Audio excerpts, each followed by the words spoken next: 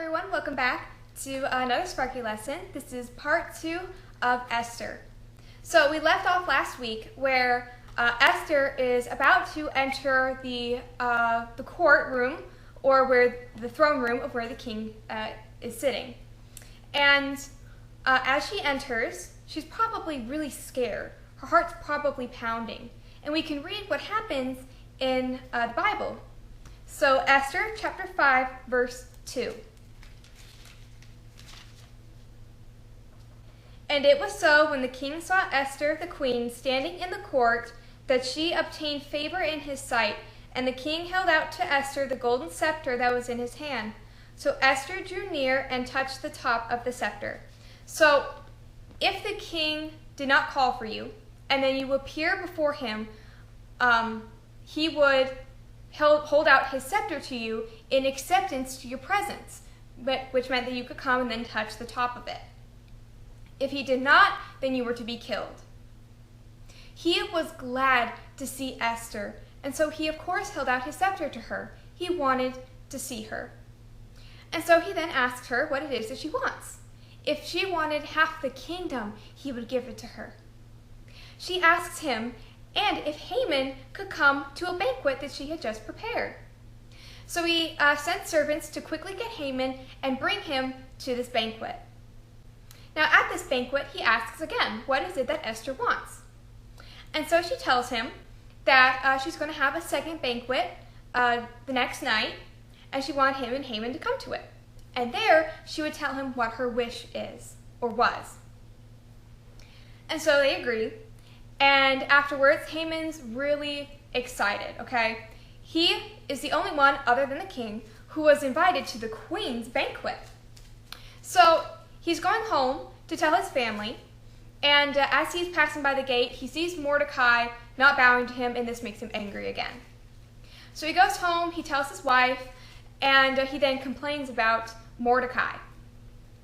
Now, his wife was just as bad as Haman. In fact, she actually, in a way, added fuel to the fire. She helped drive his anger towards Mordecai. So what happens is that it's nighttime, the king's in bed, and he can't sleep. So he calls one of his servants to read to him. It's kind of like a to-do list, things that have been jotted down to be done later. And they're reading it off, and they come across the part where Mordecai had warned against the two men who tried to kill the king. And so the king says, pause, hold on. What did I do for Mordecai? What did I do for him? Nothing, sir. Oh my goodness. So he actually calls in Haman, and he says, you know what?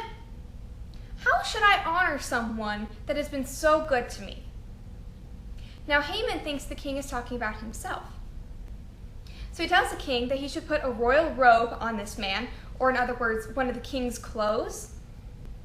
He should have a royal horse brought to him from one of the royal stables, and he should be riding on it and led through the streets by a prince, and this prince should be crying out that this is what happens to the one that the king wishes to honor. And so the king thinks about this, and Haman is thinking right now that he's going to be the one wearing the king's robe, riding on that horse. The king says, that's a great idea. I want you to do that with Mordecai, and I want you to be that prince to lead him through the streets. Haman is furious. He, as I've mentioned before multiple times, he hates Mordecai. And this was awful. He had to lead this guy that he hated through the streets while shouting that this is what happens to the one the king wishes to honor. He could not wait until Mordecai would be killed, which was, again, the 13th day of the 12th month. So it's finally time for the banquet, and they both show up, and again, they're around a table, and they're eating and talking, and the king asks Esther, what is it that she wants? If it be half the kingdom, he would give it to her. Esther chapter 7, verse 3.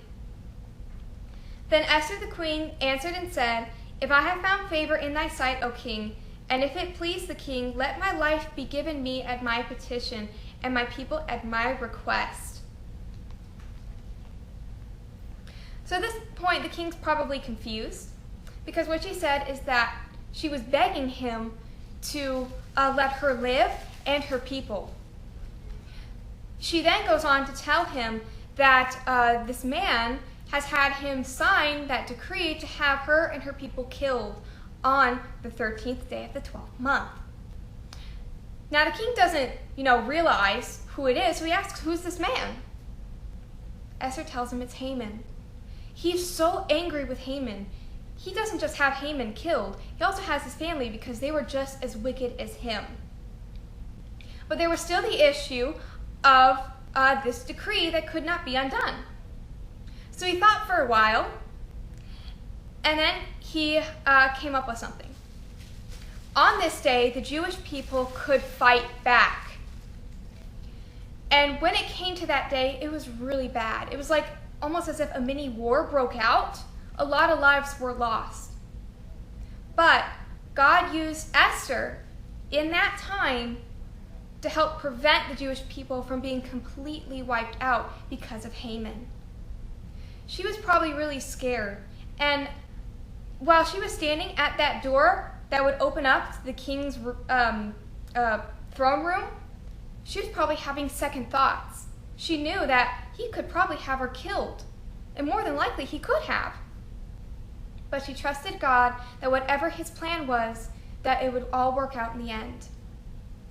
I hope that y'all enjoyed tonight's lesson. I can't wait to see you next week.